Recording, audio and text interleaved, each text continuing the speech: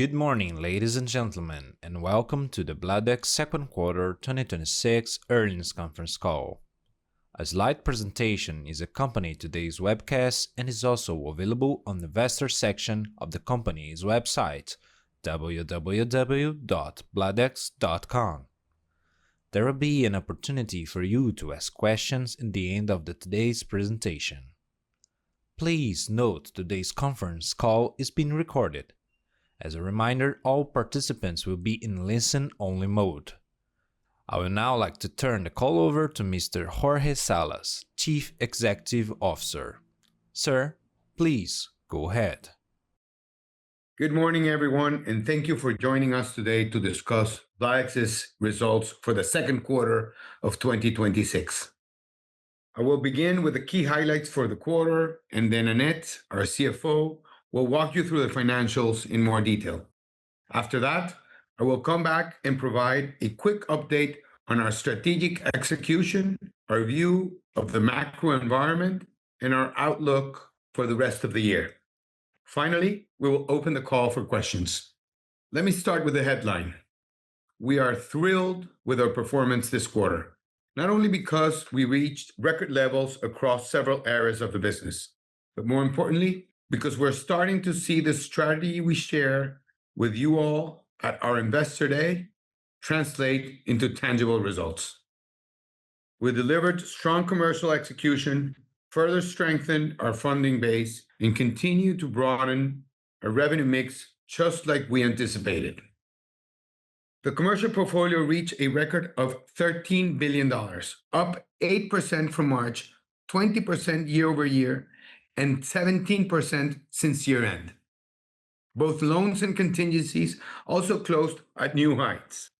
This is exactly the kind of disciplined capital deployment we had in mind when we completed the AT1 issuance last year. We're putting the capital to work to support growth while maintaining a strong capital position. On the funding side, deposits reached a record of $7.9 billion, 8% sequentially, and 20% since December.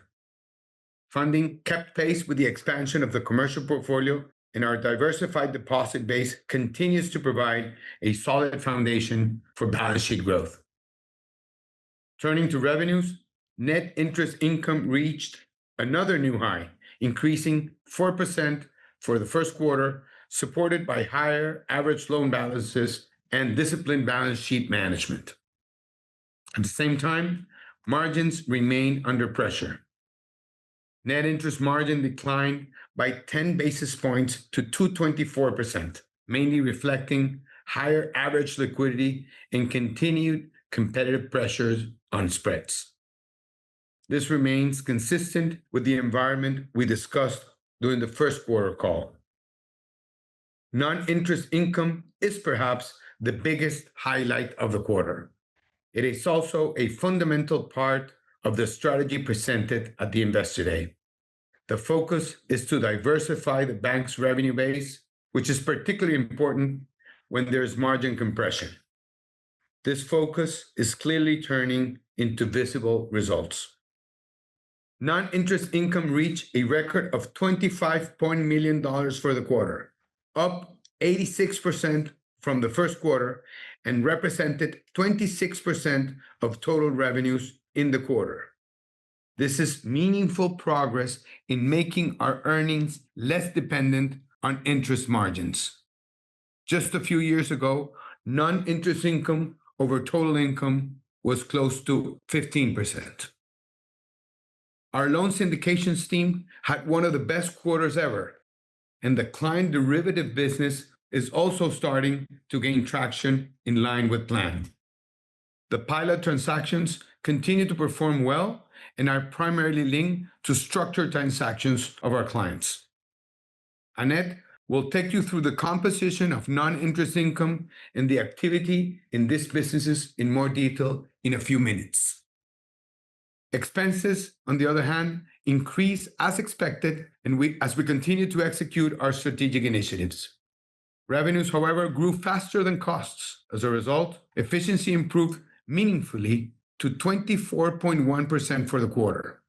Now, as we have said before, we do expect expenses to increase in the second half of the year as we continue to execute the investment plan contemplated for 2026. Provisions also increased during the quarter, mainly as a result of the strong portfolio growth and our prudent approach to risk management. Overall, asset quality remains sound. Finally, net income reached a record of $66.5 million, up 18% from the first quarter, which translates into a return on equity of 16.4%. Our Tier 1 capital ratio closed the quarter at 16.6%, still comfortably above our target and providing capacity to continue supporting disciplined growth. This was an all-around excellent quarter. We put capital to work, broadened our revenue base, and improved profitability and efficiency, despite continued pressure on margins. With that overview, let me now hand it over to Annette for a more detailed review of the financial results. Annette, your turn. Thank you, Jorge, and good morning, everyone. The second quarter was another strong period for Bladex, with several key balance sheet and revenue metrics reaching new highs. Commercial activity and deposits continued to expand, net interest income increased, and fee generation was particularly strong, while asset quality and capital remained sound. Turning to our financial performance, net income reached $66.5 million, up 18% from the first quarter. Return on average assets was 2%, while adjusted return on equity improved to 16.4%. For the first half of the year, net income totaled $122.8 million, resulting in a return on average assets of 1.9% and an adjusted return on equity of 15.3%. Given the transactional nature of structuring revenues, the quarterly contribution of non-interest income would naturally vary. Even so, based on our first half performance and expectations for the remainder of the year, we are reaffirming our full-year adjusted ROE guidance of 14% to 15%. Let me now walk you through the key drivers behind these results, beginning with the commercial portfolio. The commercial portfolio ended the quarter at $13 billion, up 8% from the first quarter and 20% year-over-year. Growth was broad-based across loan and contingencies, reflecting continued execution across our core markets. Loan increased to $10.5 billion, up 8% from the first quarter and 22% year-over-year, while contingencies reached $2.3 billion, increasing 11% from the first quarter and 5% year-over-year. Importantly, average loan balances increased steadily throughout the quarter, providing the primary support for higher net interest income despite continued pressure on lending spreads. Commercial activity remained healthy across both trade finance and medium-term lending. This quarter's strong growth was driven by strategic industries and high-quality client relationships that support sustainable net interest income generation rather than by pursuing volume for its own sake. We also continue to originate medium-term transactions with attractive risk-adjusted returns, supporting a more balanced asset mix and enhancing the quality of earnings over time. At the same time, strong trade-related activity preserved the portfolio predominantly short-dated profile, with approximately 65% of the portfolio scheduled to mature within the next 12 months. Looking ahead, we expect portfolio growth to continue at a steady and disciplined pace, consistent with our long-term strategy. Quarter-over-quarter growth was led by Panama and Argentina, with additional contribution from Dominican Republic, Peru, and Brazil. The portfolio remained well-diversified across countries and industries. No single country accounted for more than 14% of total exposure. Financial institutions represented 27% of the portfolio, while corporate exposures continue to reflect the diversity of regional trade flows. The commercial bond portfolio remained broadly stable at $226 million. Given current market conditions, we continue to prioritize lending opportunities over incremental investment purchases. This quarter demonstrates our ability to grow the portfolio while maintaining disciplined underwriting, broad diversification, and prudent capital deployment. Turning now to liquidity and the Treasury investment portfolio. At quarter end, liquidity assets total approximately $1.9 billion, representing 13.3% of total assets and remaining well within regulatory requirements and our risk appetite. Our liquidity profile remains conservative. A significant portion is held at the Federal Reserve Bank of New York, with the remainder primarily placed with high-quality financial institutions and multilateral organizations. The Treasury investment portfolio totaled $1.4 billion at quarter end. It remains highly investment grade, short in duration, and broadly diversified outside Latin America. In addition to providing credit diversification, the portfolio serves as a source of contingent liquidity, as these securities are eligible to be pledged through our New York agency at the Federal Reserve discount window. Turning now to asset quality. Overall, credit quality remains sound, supported by disciplined underwriting, broad portfolio diversification, and proactive credit risk management. At quarter end, 98.4% of total credit exposure, or $14.2 billion, remain in Stage 1. Stage 2 exposures declined to 1.1%, or $162 million, reflecting credit improvements, repayments, maturities, and the migration of a previously identified exposure to Stage 3. Stage 3 exposure increased to 0.5%, or $75 million, primarily reflecting the migration of that exposure, which had been under enhanced monitoring. As part of our proactive risk management approach, we reduced the overall exposure by selling the bilateral loan component. The remaining deferred payment letter of credit exposure was reclassified to Stage 3 and remains prudently reserved. Importantly, this migration was limited to a single exposure and does not reflect a broader deterioration in the portfolio. Provisioning expense totaled $8.6 million, compared with $4.7 million in the first quarter. Stage 1 provisioning accounted for $6.4 million, primarily reflecting continued portfolio growth. The remaining provision expense was largely associated with the specific exposure discussed earlier. As a result, cost of risk was 26 basis points compared with 14 basis points in the previous quarter. The quarter also included $8.6 million in write-off related to 2 fully reserved commercial loans. Because these write-offs were charged against existing allowances, they had no additional impact on second quarter results. We also recorded $1.1 million in recoveries from previously written off loans. As a result, total reserve ended the quarter at $93.8 million, providing 1.25 times coverage of impaired credits. These actions reflect our proactive approach to credit risk management, identifying potential deterioration early, actively reducing exposure when appropriate, and maintaining prudent reserve levels. Together with disciplined underwriting and a well-diversified portfolio, they continue to support a sound asset quality profile. Turning now to funding. Deposits remain one of the quarter's key strengths and continue to serve as a central pillar of our funding strategy.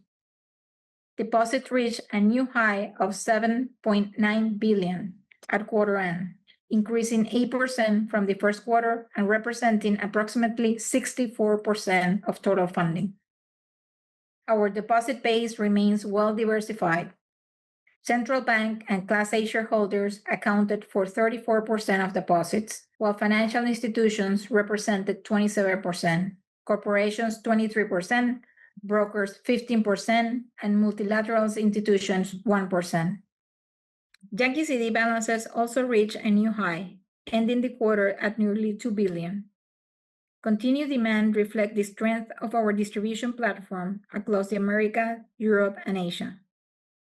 During the quarter, we also introduced green Yankee CDs, with proceeds allocated to eligible green assets originated by our commercial team. This initiative further broadens our investor base while expanding our sustainable funding alternatives. Beyond deposits, we continue to selectively evaluate medium-term funding opportunities that enhance diversification, extend funding duration, and improve overall funding efficiency. Let me now turn to capital. The Basel III Tier 1A ratio ended the quarter at 16.6%, compared with 17.9% in the first quarter, and remains above our 15 to 16% operating range. The regulatory capital adequacy ratio under Panama's framework stood at 14.3%, well above the regulatory minimum. The movement in Tier 1 reflects the continued deployment of capital to support commercial portfolio growth, particularly in medium-term transactions. This is consistent with the strategy we outlined following the AT1 issuance, and with our expectations that capital ratios would gradually move toward our operating range as we put the capital to work. Our capital base continued to provide ample capacity to support future growth, absorb potential volatility, and maintain the financial flexibility expected by our stakeholders. Moving now to net interest income and margins. Net interest income increased to $73.3 million, up 4% from the first quarter. Higher average loan balances more than offset tighter lending spreads, allowing net interest income to grow despite continued pressure on margins. Net interest margin was 2.24% during the quarter, down 10 basis points from the first quarter, while net interest spread declined to 1.64. The decline in NIM primarily reflects higher average liquidity and continued competitive pressure on short-term lending spreads, as abundant regional liquidity and strong demand for high-quality assets continue to affect pricing. Against this backdrop, we remain disciplined in our approach to short-term lending, pursuing transactions at tighter spread only where risk-adjusted returns remain attractive. These additional volumes generate incremental net interest income while preserving the flexibility to reprice the portfolio as market conditions evolve. At the same time, medium-term origination with attractive risk-adjusted returns provided an additional earning contribution and helped partially offset the pressure on short-term lending spreads. On the funding side, continued deposit growth increased the contribution of lower-cost funding to the balance sheet, partially offsetting the impact of tighter asset spreads. At this time, we are maintaining our full-year NIM guidance while continue to monitor competitive conditions, portfolio repricing, and funding costs closely. Let me now turn to non-interest income, one of the key highlights of the quarter and an increasingly important contributor to our financial performance. Non-interest income, excluding the impact of hedging derivative, reached $25.1 million, up 86% from the first quarter. Within this total, fees and commissions amounted to $23.3 million. Letter of credits and guarantees generated $9.5 million, supported by stronger transaction volumes and increased trade finance activity. The quarter also benefited from the distribution of a letter of credit facility originated by our trade finance team. Credit commitments contributed $5.2 million, providing a stable and recurring source of income, primarily from project finance transactions and medium-term committed facilities. Structuring and distribution generated $7.9 million in upfront structuring and syndication fees. During the quarter, the team completed 7 transactions across 6 countries, supporting both financial institutions and corporate clients. Year to date, Bladex has mobilized approximately $2.2 billion, while returning only 26% of that volume in our balance sheet, highlighting the capital-efficient nature of this business. Client derivatives generated an additional $1.3 million during the quarter. As Jorge mentioned, the pilot transactions continue to perform well and are primarily linked to structured transactions for our clients. This activity continues to progress in line with the strategy we presented at the Investor Day. As a result, non-interest income, excluding hedging derivative, represented 25.4% of total revenues, reinforcing the diversification of our earnings and underscoring its increasingly meaningful contribution to profitability. Turning now to expenses and efficiency. Operating expenses totaled $23.8 million, up 8% from the first quarter. For the first half, expenses remain aligned with our 2026 plan, while revenue growth outpaced expense growth. This generated positive operating leverage and improved the efficiency ratio to 24.1% from 26.5% in the prior quarter.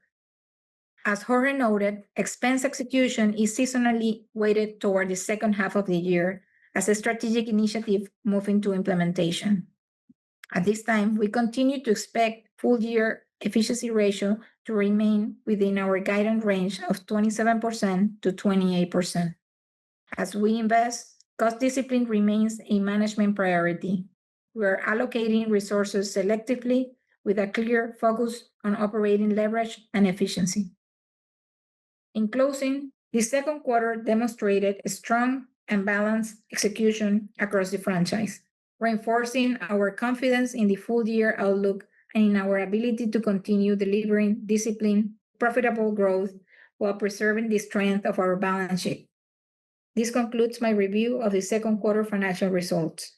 Jorge, back to you. Thank you, Annette. Let me just close with a few comments on strategy execution, the macro environment, and our outlook for the rest of the year. On strategy, the first half of the year provides a good view of how our 2030 plan is beginning to move from design into execution. The commercial growth and revenue diversification pillars are developing in line with the direction we share at the Investor Day. Annette has just taken you through the financial detail, so I will focus more on the next part of the build, the transactional services pillar.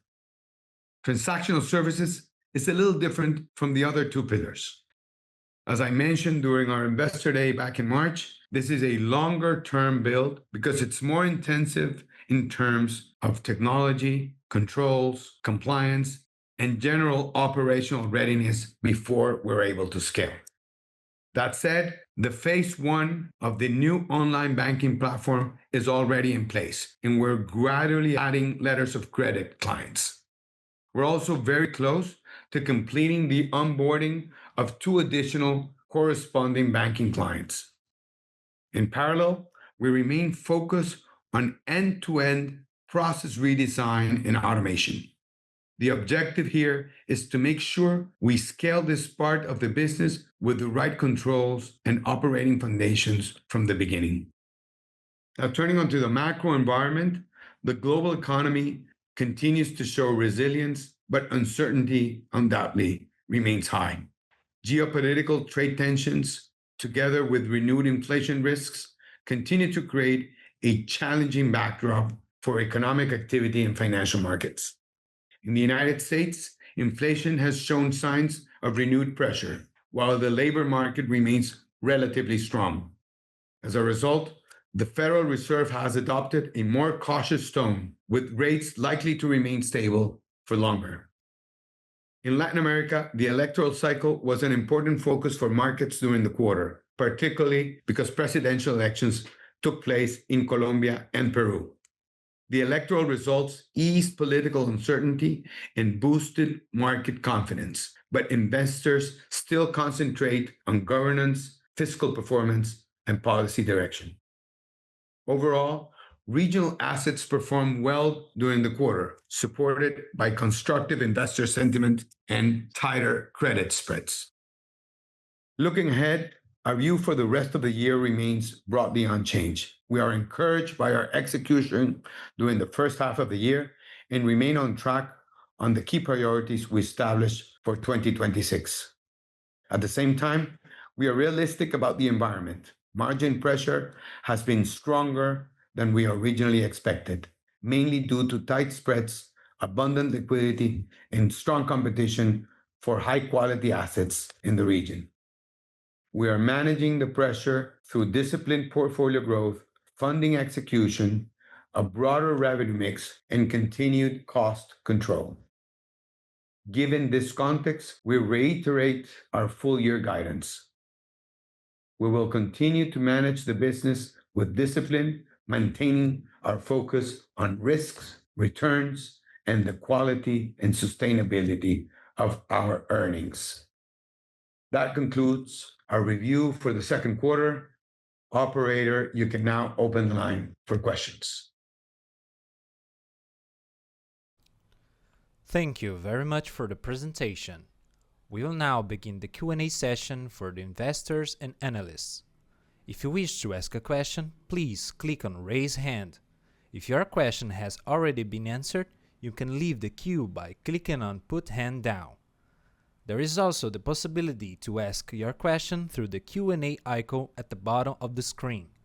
You may select the icon and type your question with a name and company. Written questions that are not addressed during the earnings call will be returned by the investor relations team. Our first question comes from Ricardo Bichapigel with BTG Pactual. Sir, your microphone is open. Good morning, everyone, and thank you for the opportunity of making questions. I have two here on my side. So you comment that the competitive environment became a little more intense on the second quarter of the year, pressuring spreads. And I wanted to understand whether you continue to see this trend and if your appetite to continue growing has changed in any way for the second half of the year, particularly as your guidance now implies a sharp deceleration for the second half. And also in a way related to this, I wanted to check if you consider the opportunities that credit might bring to improve client relationship and increase non-interest income penetration when you're deciding how much you want to grow per client. And finally, I just wanted to ask about asset quality. The coverage ratio is now closer to 120%, a historically low level when you compare the numbers since 2020. So I wanted to understand if it makes sense to expect some pickup in provisions versus where we have been seeing in the last few quarters, or perhaps only the NPL formation going down would improve the coverage ratio in the coming quarters. Thank you.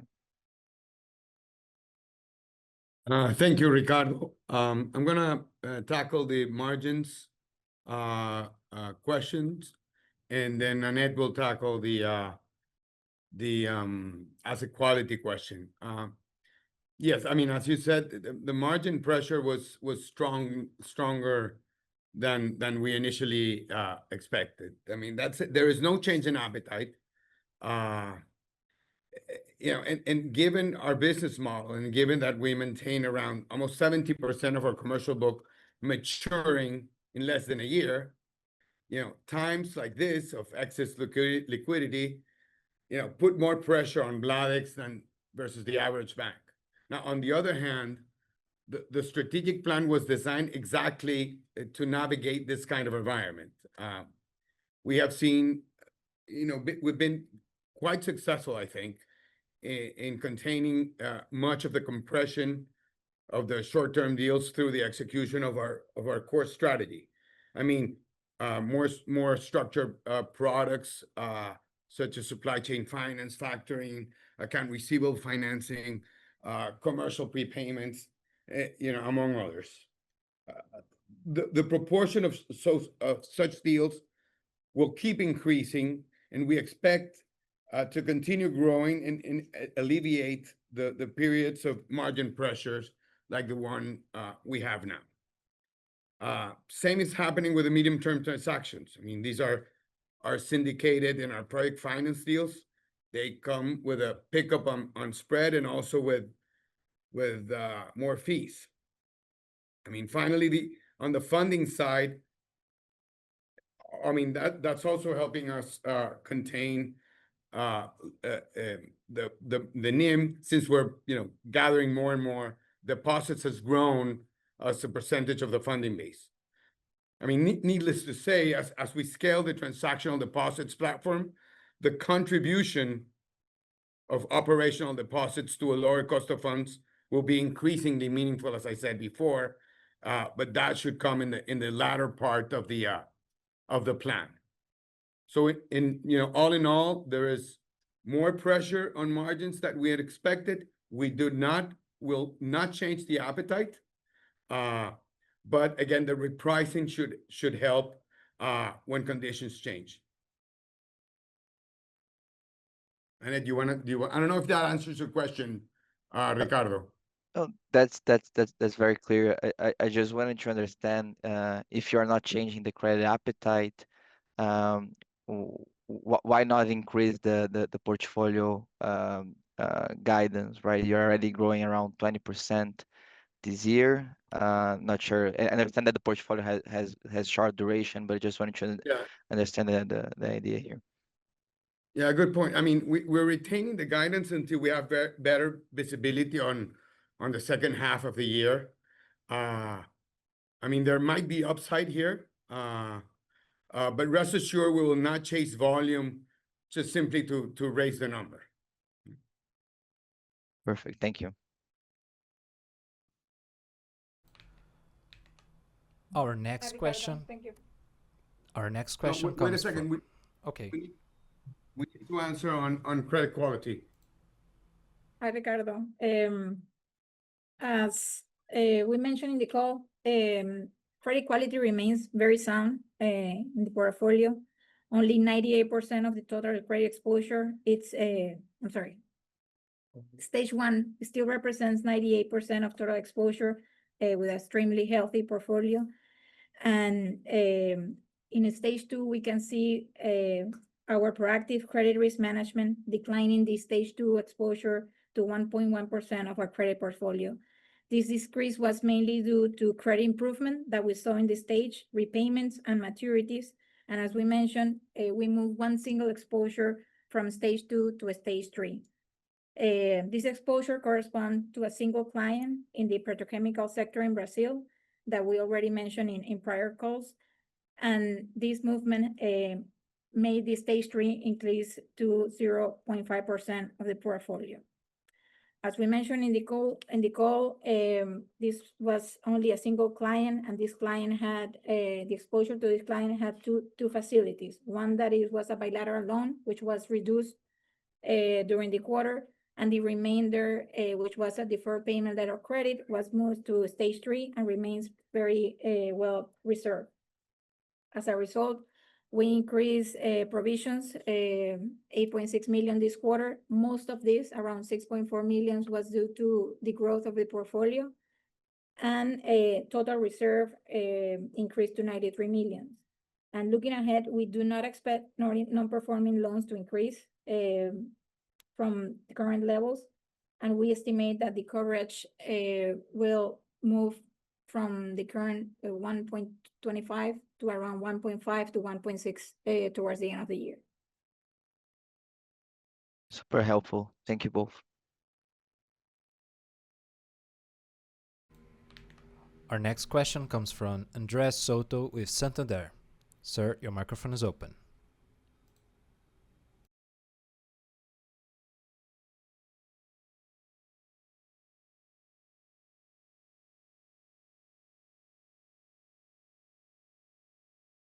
Good morning, Jorge, Annette. Thank you for the presentation. I have a quick question. If you guys are okay, I prefer to go one by one. The first one is on loan growth. We saw a significant acceleration in commercial loan growth despite competitive pressures. How much of this growth is reflecting structural gains from new businesses such as project finance, structural lending, or is increased market activity in the countries where you guys operate? And as you look into second half of 2026, do you see room for this robust growth to remain for the rest of the year? Yes, gracias, Andres. On loan growth, I mean, I would say that it's split like evenly between our typical short-term lending, some of it with structured deals, and part of it, around half, was also long-term type deals, mainly syndications, but also some project finance deals in Panama, in Argentina, and the Dominican Republic. So as I said before, there might be a upside in our guidance of loan growth, but we're not ready to say that yet. Understood. And my second question is on the fee income this quarter, which show another record level. Can you please help us distinguish how much of this performance can be considered recurring versus one-offs, which I believe were a few over the quarter? Yeah, so there are three types of fee income here. The syndication deals, that we don't want to necessarily extrapolate for the rest of the year. We had some deals that were expected to close on the first quarter that turned into the second quarter. So it's hard to predict on the syndication deals. On the other hand, the letters of credit has been steadily growing and progressing according to plan. And we're also starting to see, as I mentioned during the call, the derivatives, which is starting to gain traction. So a short answer is on the syndications, it's hard to predict. We have a good pipeline, but deals move around between quarters. But the rest is I'll say it's more structural, steady growth. In any case, this was an exceptional quarter in terms of fees. And for your projections, I do not advise to simply multiply for the rest of the year because of the syndication part. That's pretty clear. Jorge, Thank you. can you hear me? Can I just compliment? You guys hear me? Oh, Sam. Okay, go ahead, Sam. Yes. Andres, this is Samuel Canineo, the Chief Commercial Officer. I just want to compliment that. If you look, just to put what you asked in perspective, just 1 year ago, when we announced second quarter of 2025, then we had the statutory deal in Suriname that was, let's say, a large historical one-off.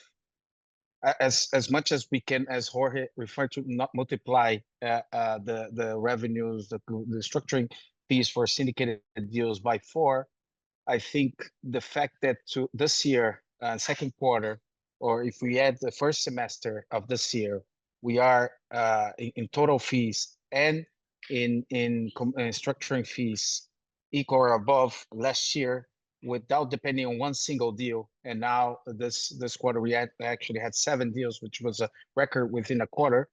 I'm not saying that it's again to be multiplied, but shows a direction of a dependency on less individual transactions. Of course, there were exceptional transactions this quarter. For example, the acquisition of Banismo in Panama, which we were one of the co-lenders, and that is a representative transaction.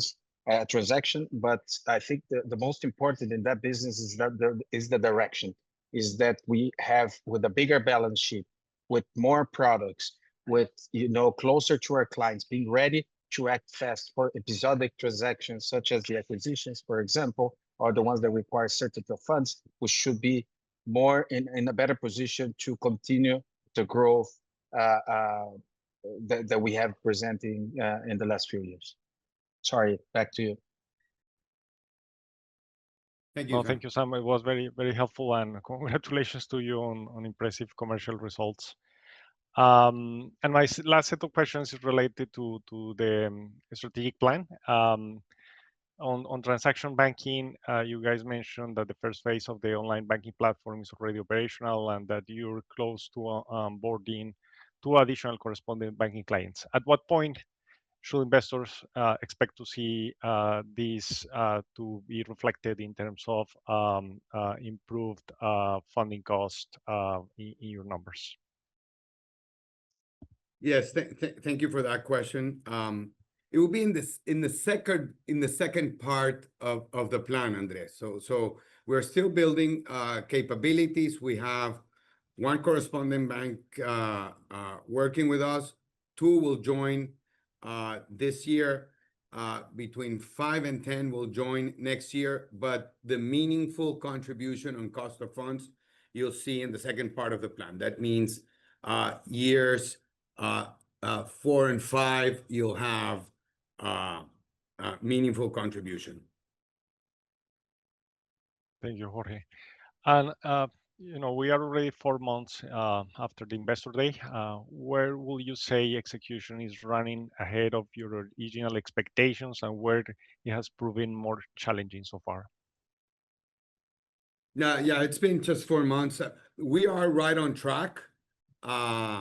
We're expecting to complete the treasury platform by the end of this year, the first part, and then the second part, first half of next year. Online banking is on track.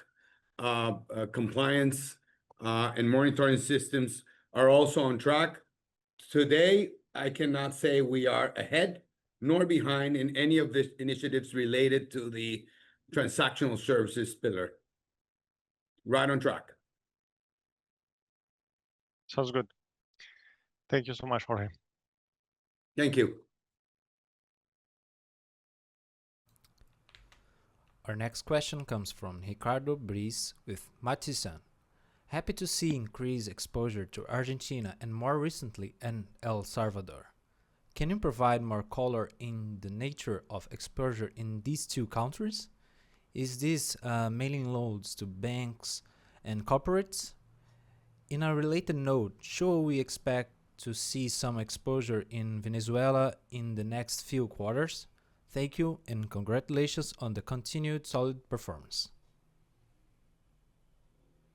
Yes, thank you for your question. Yes, Argentina was mainly oil and gas sector, and some of it is short-term imports, of gas in their winter period.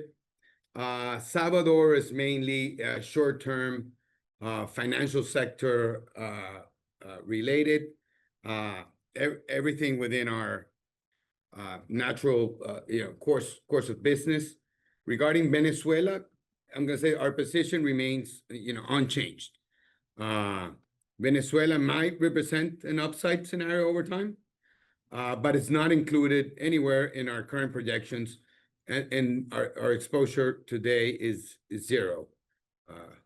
We know the market. It was at some point relevant for Bladex, approximately 5% of our total portfolio a few years ago, and we are continuing to assess the appropriate timing and risk return conditions. If we re-enter, or I'm going to say when we re-enter, it will be gradual, selective, and always consistent with our credit, legal, and compliance framework.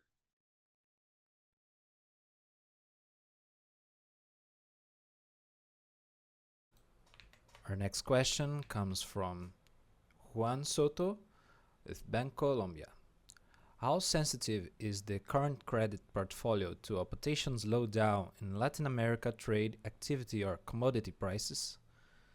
Operating expenses increased 14 years over a year due to investment in technology, modernization, and personnel. When should investors expect these investments to translate into treasurable effective gains? Okay, so I'm going to tackle the first part of the commodities in Latin America, and Annette, you'll tackle the expenses part. We've seen volatility in the oil commodity. That's the main commodity that represents part of our significant part of our portfolio. The net effect of higher oil prices is generally positive for Bladex. Our longer term exposure is concentrated in competitive low-cost producers where high prices can strengthen the cash flows and reduce credit risk. while the cargo values can increase demand and short-term trade financing. So it's overall positive. There are offsets, of course. Importers may face higher working capital needs, inflation and profitability pressure, and severe volatility can tighten the financial conditions.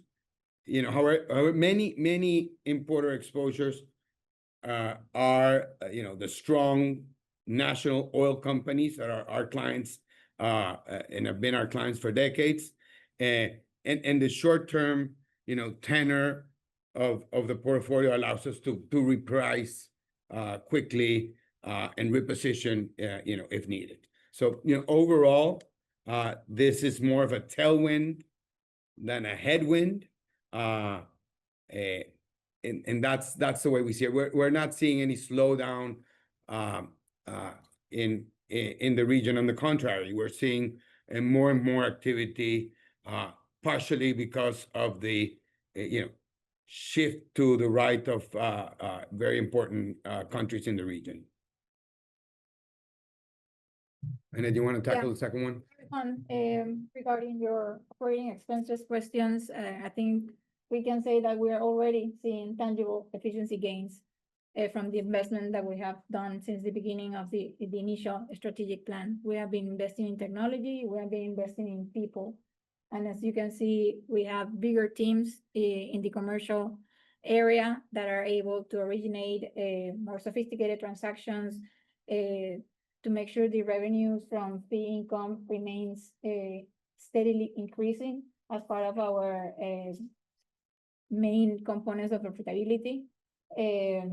And also investment in technology. We are already seeing the impact in the depreciation expense of the trade platform that was implemented last year, and that is already providing additional income to the bank. As you can see, the trade finance, the letter of credit income that we see in the balance sheet is increasing organically in a sustained manner, and also allow us to pursue other type of transactions like the one that we did this quarter, which was the structuring of a letter of credit facility that supported part of a project finance transactions that we closed this quarter. So we are already seeing tangible gains.